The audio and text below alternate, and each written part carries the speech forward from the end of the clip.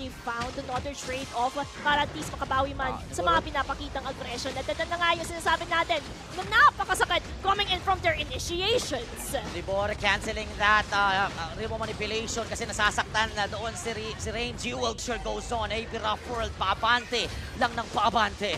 Kita naman natin si Aira really try. Ang problema, nagbabago ng strategy.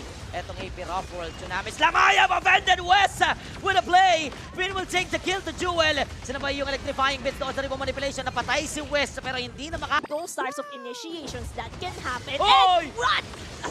Wow! I am offended with an AOG combination. The AOG is a little bit delayed pero nakuha pa rin nila yung tatlong miyembro sa loob mismo ng Torre. AP Rough World, hindi lang sila nag-agro, huma-highlights pa.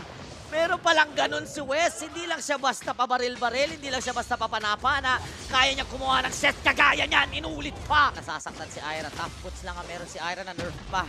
Di ba, na nerf yan eh. Pa-Oracle, probably itong si Ira. Just to add more regeneration. Pero ang counter kasi sa regen is yung mga burst. Tulad nito, biniburst si West sa loob. Patay nga lang si Rian kasi natalunan ni Libor sa likod at buhay na makakalabas si West. After the play, 4 na miyembro ang nawala sa TMBI. Pwede mag-isa, pumasok sa 5. And that's gonna be AP Rough World with an easy win against TMBI.